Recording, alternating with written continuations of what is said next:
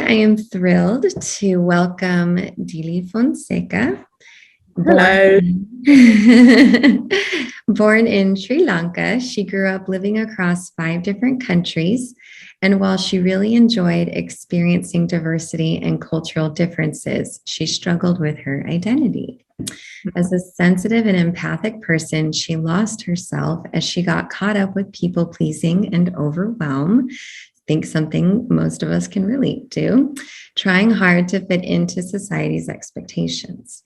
That was until she discovered Creatrix, a personal development tool that works specifically for women. This tool is simple and yet very effective to provide them with their higher learning so that they are aligned with their true, authentic self. Her passion is to empower women in rediscovering themselves in the midst of chaos and noise so that they embrace their uniqueness with self-confidence. She has recently launched a Facebook community group, and you will want to join that group for more tips to empower you in your journey. And I love the name of this group called Liberating Your Uniqueness. So powerful. So after meeting Dili, I researched Creatrix and just went down that rabbit hole. And so if I gave my best summary of it, you can tell me if I'm on track here. It basically is kind of like recreating a really impactful, like near-death experience or personal transformation moment without having to go through that actual experience in your life. Is that pretty much part of that? So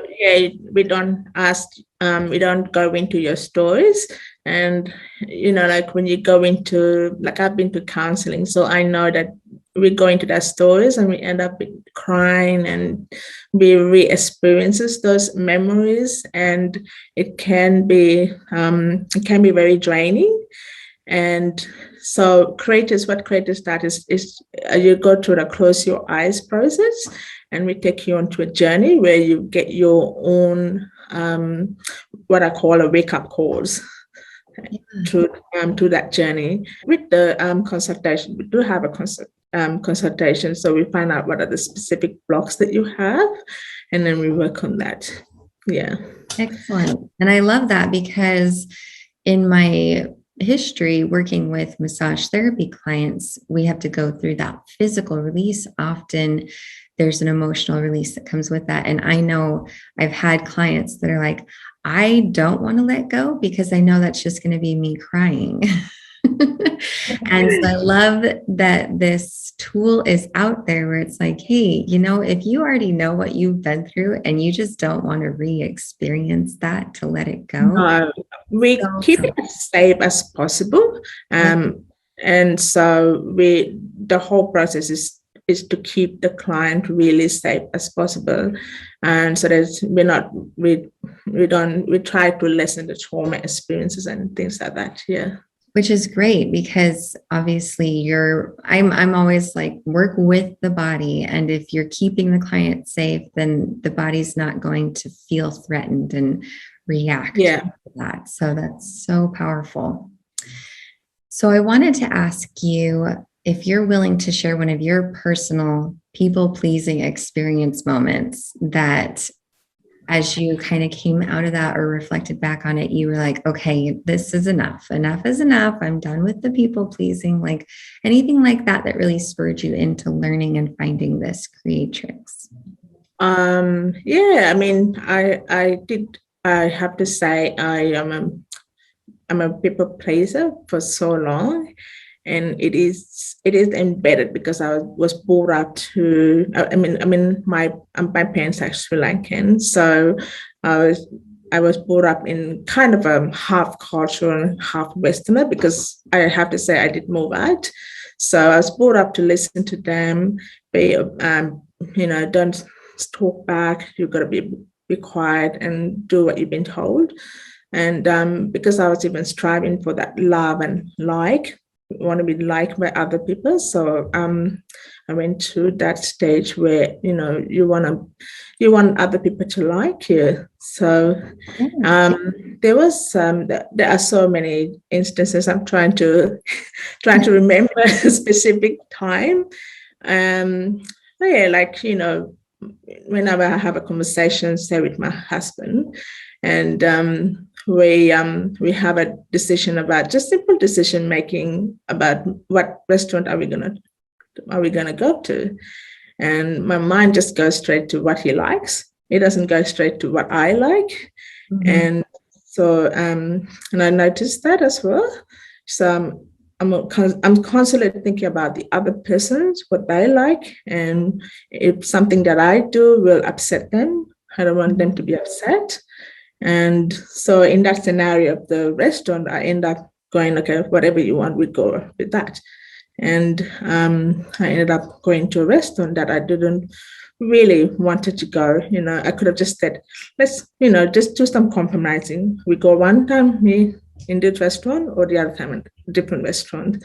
Yeah. So there are so many instances. And I think that's a great example, and definitely one that a lot of people can relate to, because it's that first immediate thought is them. How will they be comfortable? What will make them happy? And not necessarily coming from that space of, oh, I kind of feel like this, and knowing them, they like things like this, and then providing a suggestion that mirrors, kind of marries those two things together. So I think exactly. Yeah.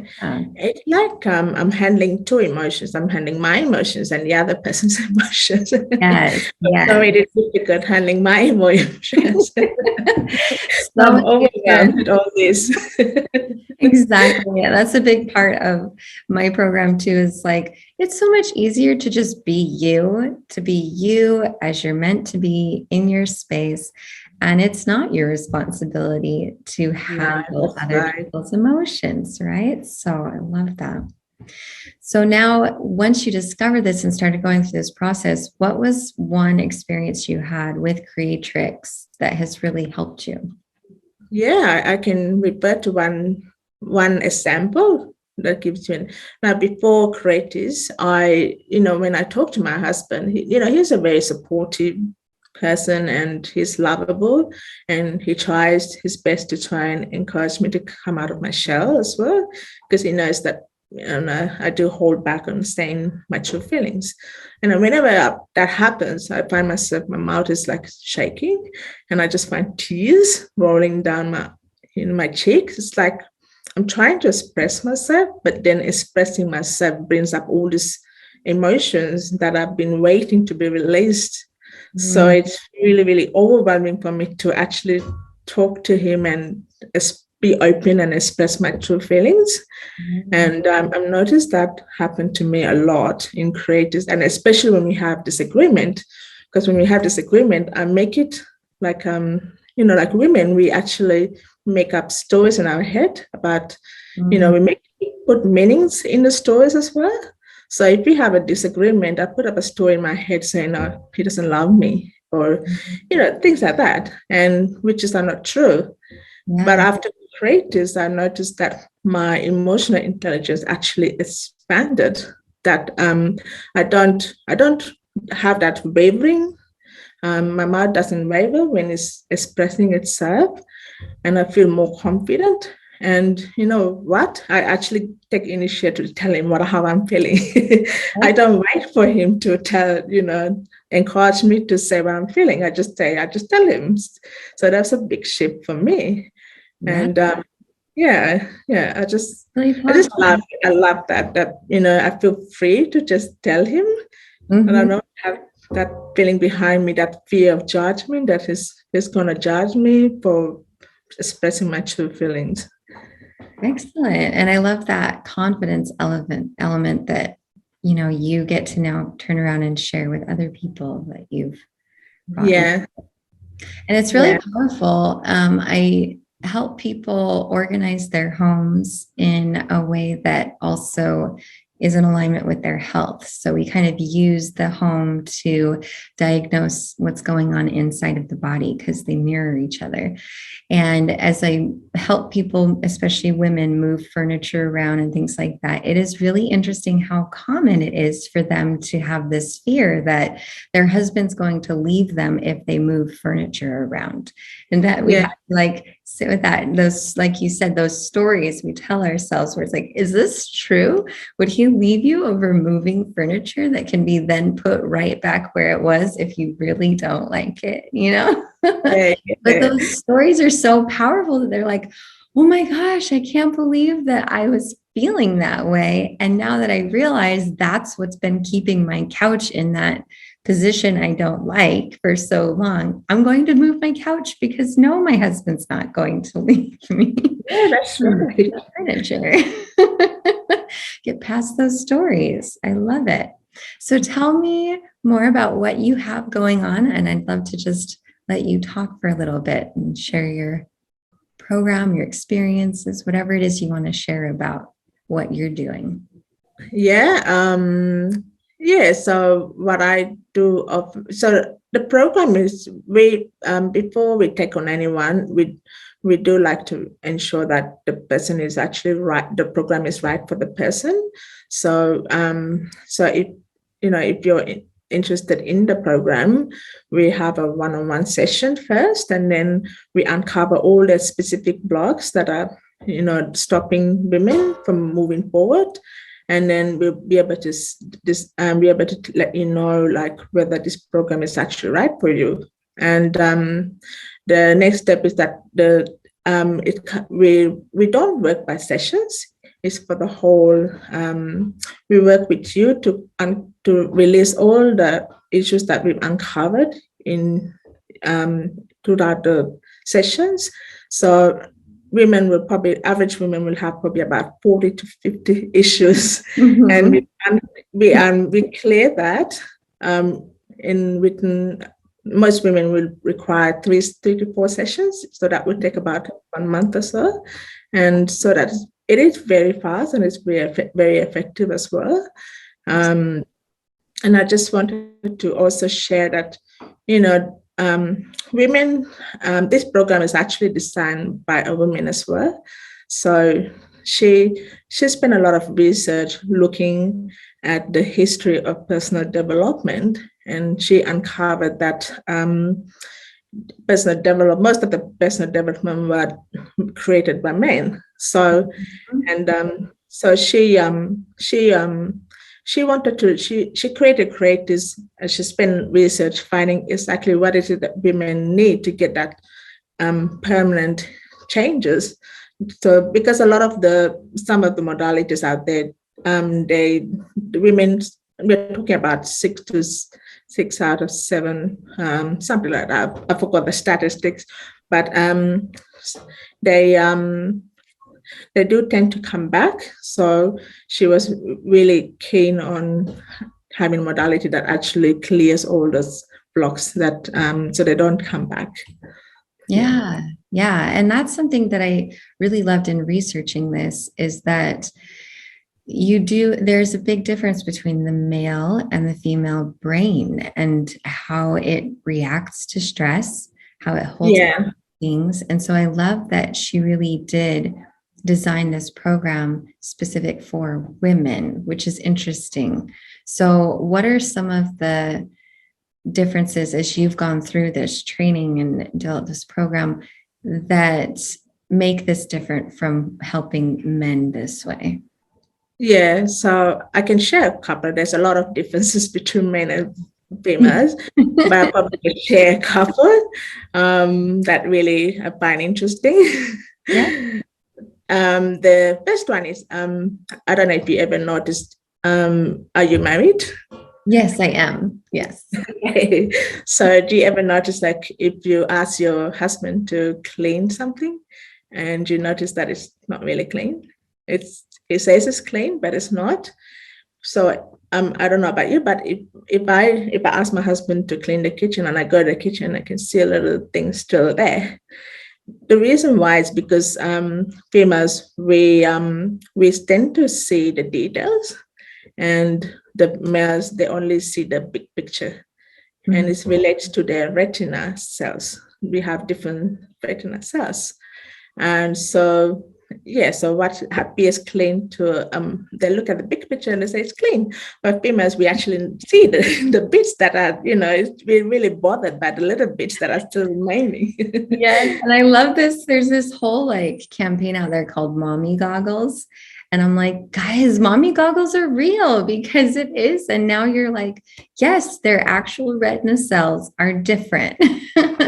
But in mommy goggles, it'll be like the dad looks at the kid and they look all dressed up and clean and sparkling. And the mom looks at the kid and they're covered in chocolate ice cream and dirt and their hair's everywhere, right? And just obviously an exaggeration, but I just love that because that's exactly it. Like you look around and your husband who loves and supports you is like, what can I do for you? And you're like, any of this, right? Just look around and pick something. And now I can be less hard on him because it's just literally an eye problem. Exactly. And the other thing is we do put meaning, like I mentioned before, we do put meanings into everything that we do as women. So if you're, say for example, if I ask my husband to clean it and he doesn't do it, then I put up stories in my head thinking he doesn't love me, that sort of thing. Mm-hmm. So that can happen automatically. It's because as women, we put meaning to everything that happens. So we are very emotional beings. So so we react differently for men. Basically, we react differently for men. We think differently, and yeah. And the other difference is, see, my husband, when he finishes work, he comes home, and he can sit in the lounge room and do nothing. That drives me crazy.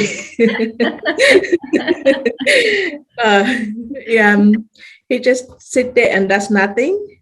That's because men can actually de-stress and they have a nothing box. I don't know if you watched the video about, there's a video on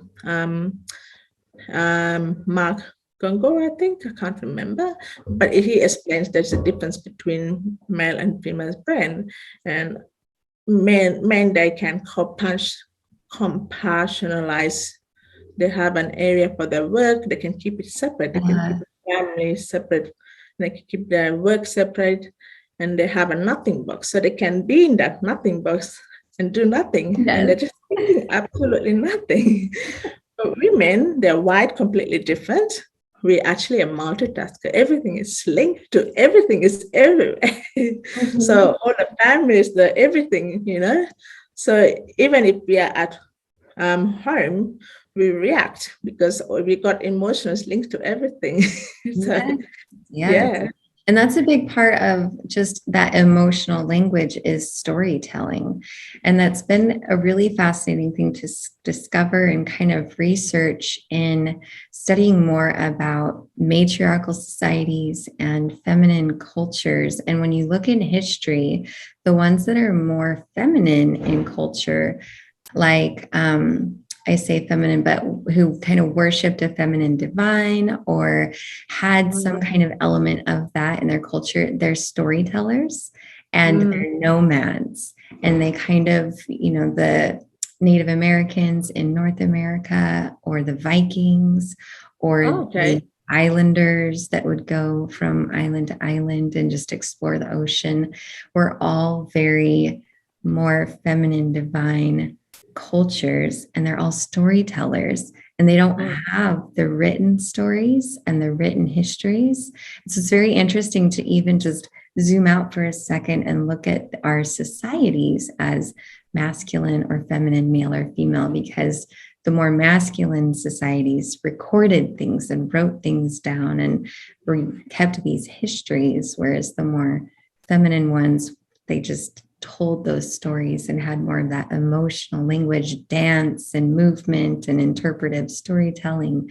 Very interesting. And then here we are actually, with the difference in our brains, and it's so powerful. It really is.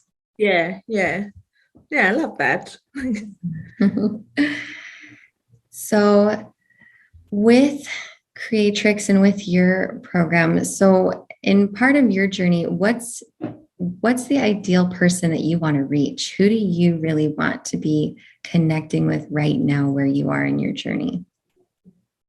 In terms of myself or in terms In of, terms of like the people that you want to help, who are you looking to help with this program? yeah, I'm looking to help people that actually resonate with my story. As I'm an empath.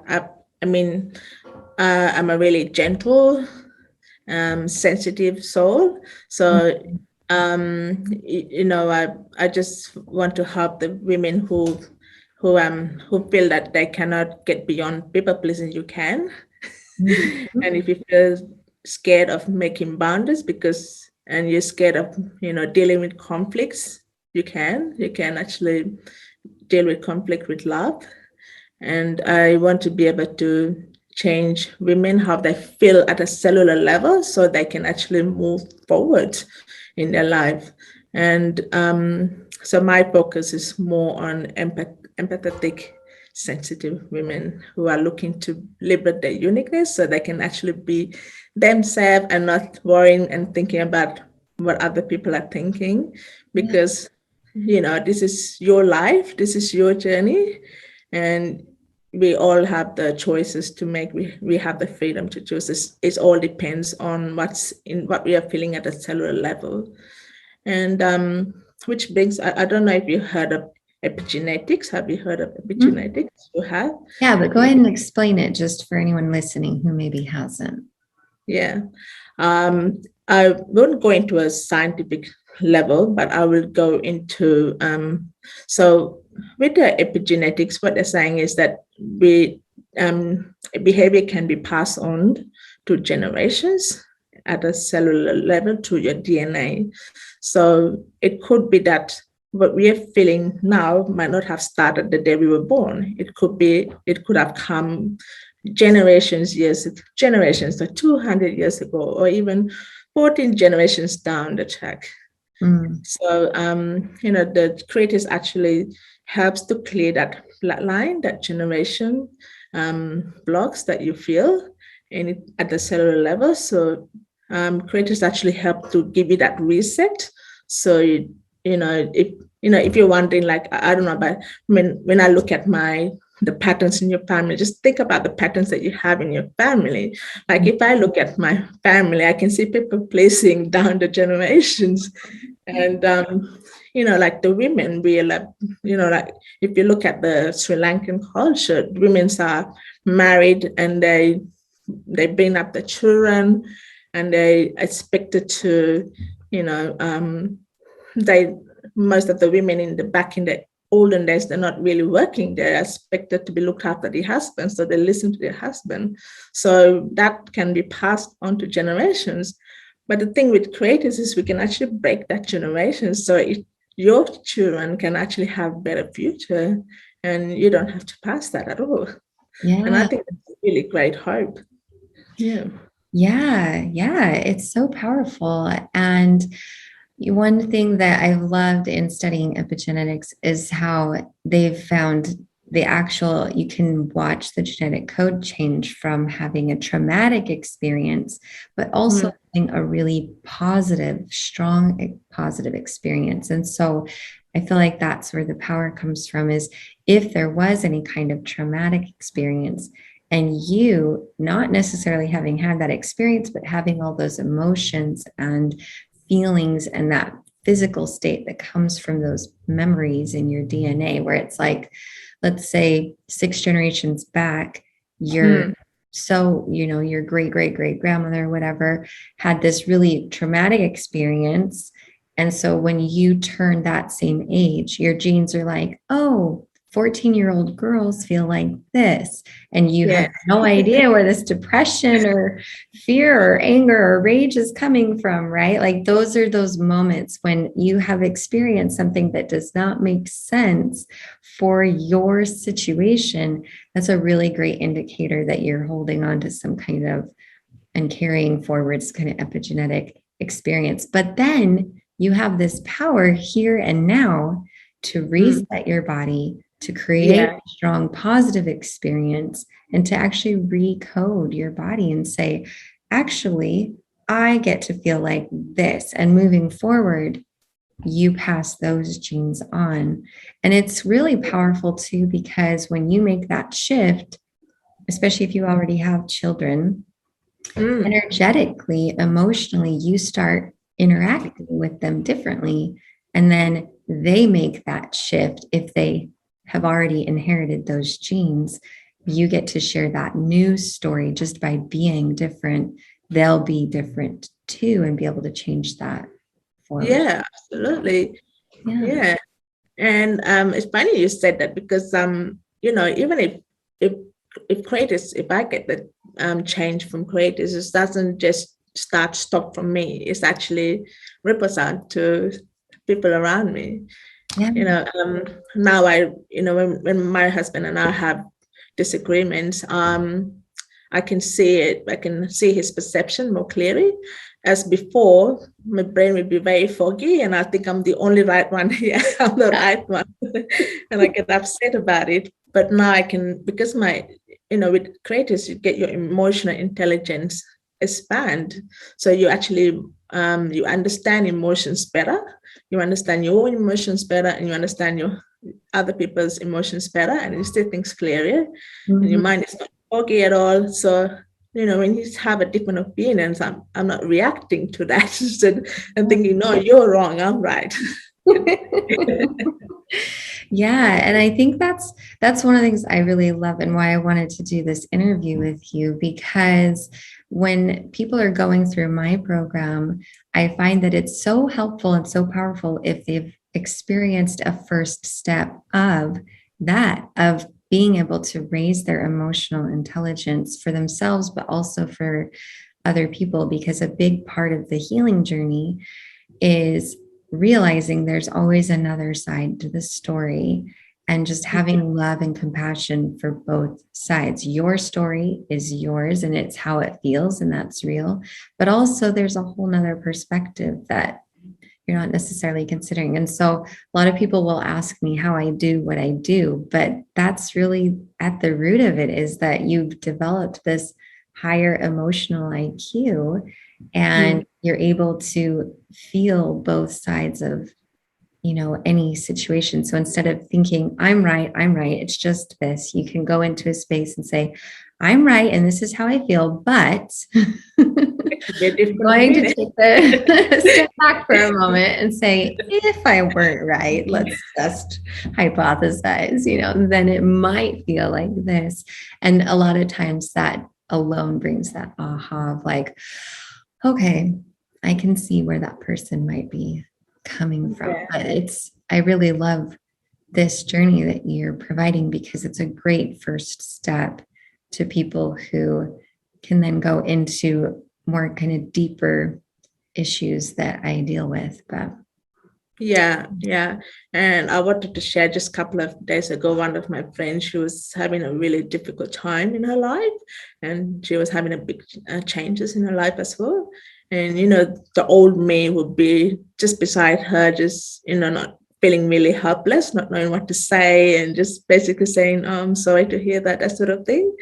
But actually I actually felt really empowered, that I could actually I could come as my empathic, I could actually understand her her feelings, but I can understand in a way where I'm not really absorbing it. I'm not in the story. So I can actually outside the story, I can actually see what is it that she needs to hear from me, so she can step from that victim mode into the empowering mode. So that really helps me, and I think it's you can say I'm not just helping myself, I'm able to help the other person, because I can understand them, and I know what is it that they need, so that they can move forward as well.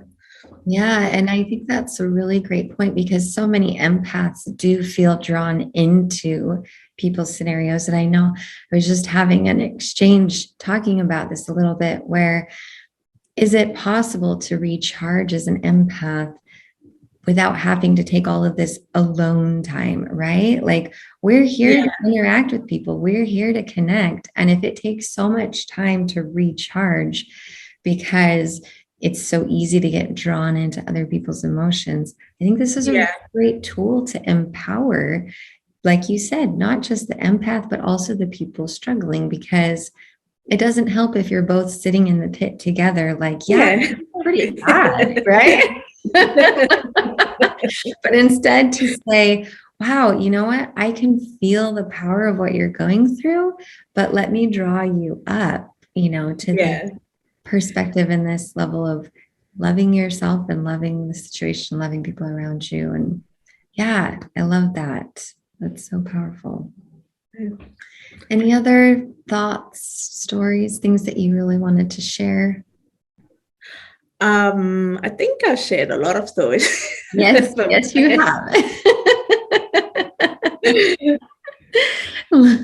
Lots of great things to relate to. I really appreciate your time. Really appreciate you coming on here and doing this interview and also doing the work you do. And I hope that all those people that need what you're doing can connect with you. And if they're looking for more confidence, if they're looking for, like you said, being able to be that empath, but also being able to own your space. Feeling empowered by that instead of being like, oh yeah, I'm an empath too. Like, no, we're empaths and we can help people and not have to be dragged into that. That's right. And you can be an empowered empath. We can help we can help people. I believe strongly that we can help others in a gentle way. We don't have to be loud at all. We don't have to fix ourselves at all. We can be ourselves, the gentle and the strong. It's all about how you feel inside. That's what it matters. And to liberate that gentle, unique. Gentle. And and I want to also end up saying that it doesn't mean that you stop feeling. No, we all have we still have emotions. It's just that we are able to better manage those emotions. It's so much powerful way. It's really empowering. Yes, it is. And that brings up one experience that I've had more recently as I've stepped into, being empowered in my gifts. It's been very interesting to see in my own marriage, especially how now when my husband has a bad day, I don't immediately think, did I do something wrong? Right? Is there something I could do? What isn't he liking about the house or the kids or me? What I like, that's the first story that it would always go to. Now he has a bad day and I look at him and I say, you are having a bad day. Like, what's going on for you? And I go into like that listening space instead of immediately judging myself space. And it has been exactly liberating because I've realized I am not. It's funny because we think we're being selfless, but we're actually being kind of more selfish. I'm not the center of his universe. He is. It's not about, we don't have to self-sacrifice ourselves. We can actually help others better if we are in a better place. So we got to help ourselves first before we can help the other person. Exactly. Yeah. So you have to be standing on the boat to throw the life preserver. You can't be in the water Exactly. too. I hope this story, this probably makes more sense, with an empath. So if you have two people sitting down on the floor, do you think that they'll be able to get up together? No, they'll be struggling to get up together. But if you have an empowered empath who is standing up, then they'll be able to help the other person up. So that's how it works. We got to be in a place where we are emotionally intelligent, so we can actually help the other person. Excellent. Well, thank you for doing what you do, and thanks for coming on today. And I wish you the best of luck in everything that you continue to roll forward. Thank you so much. Thank you.